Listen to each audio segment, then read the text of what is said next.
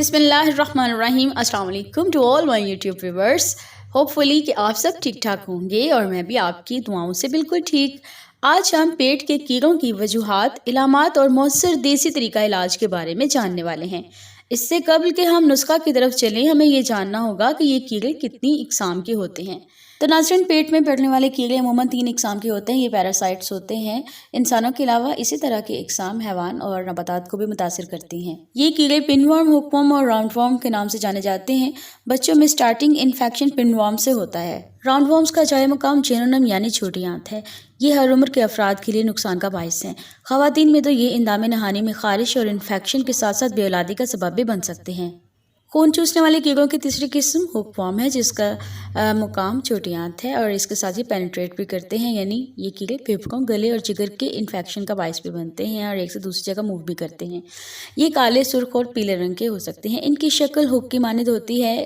ان کے 2 دانت بھی ہوتے ہیں اور انہیں ہم اپنی آنکھ سے دیکھ سکتے ہیں۔ ان کیڑوں کو انگلش میں ورمز اور اردو میں کرم کہا جاتا ہے۔ اور اب ان علامات کا ذکر کرتے ہیں جو پیٹ میں کیڑوں کی وجہ سے ظاہر ہوتی ہیں۔ آنکھیں اندر کی طرف دسی ہوئی معلوم ہوتی ہیں۔ بچے، بڑے یا بوڑھے جوان سبھی کو ڈائریا ہو سکتا ہے۔ پٹھوں کا کھچاؤ، پیٹ اور ٹانگوں میں درد کے ساتھ ناف کے گرد کھچاؤ محسوس ہونے لگتا ہے۔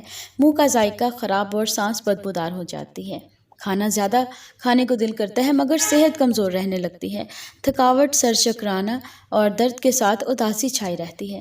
بچے ہوں یا بڑے، کسی طرح بھی سرگرمی، کام اور کھیل کود میں دل نہیں لگتا۔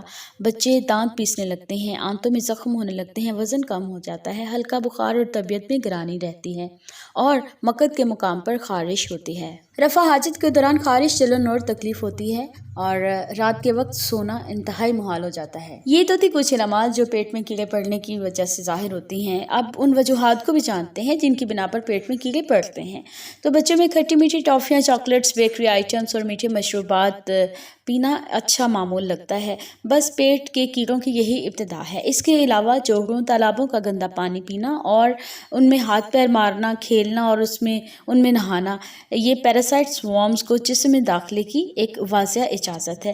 گندے پانی کے تعفن سے اسکیرس انفیکشن ہونے لگتا ہے، جو کہ راؤنڈ ورمز کے چھوٹی آنت میں پلنے بڑھنے سے ہوتا ہے۔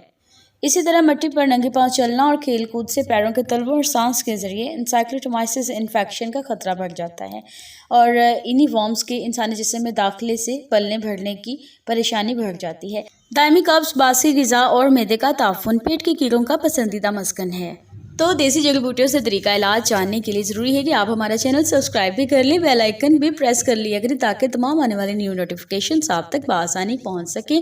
اور ہاں، ویڈیو کو لائک اینڈ شیئر کرنا مت بھولا کریں۔ تو ان چیدہ علامات اور وجوہات کو جاننے کے بعد ہمیں اپنے جسم میں sulphur, potassium, phosphorus, iron, calcium, vitamins اور پروٹین سے بھرپور غذا اور دوا لینی ہوگی جو کہ جسم میں قوت مدافعت بڑھائے۔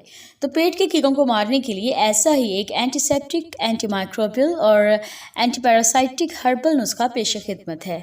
سونف، چاکسو، کالا مسبر، برگے نیم، کالی مرچ اور ہلدی برابر وزن پیس کر 0 اور 00 کے کیپسول بھر لیں۔ بچوں کے لیے 0 کا کیپسول دن میں 1 بار اور بڑوں کے لیے 00 والا کیپسول دن میں 2 بار استعمال کروائیں۔ ساتھ نیم گرم دودھ جس میں کیسٹرول یا دیسی گھی ڈالا ہوگا وہ لازمی پینا ہے تاکہ پیٹ میں پڑے ہوئے کیڑے جب اس خوراک کو، اس نسخے کو کھانے سے مر کر باہر نکلیں گے تو انہیں نکلنے میں اتنی آسانی ہو کہ کیسٹرول کی وجہ سے ملین ہونے کی صورت میں جلدی پخانہ خارج ہو جائے اور یہ جو کیڑے ہیں یہ آسانی سے باہر بھی نکل جائیں۔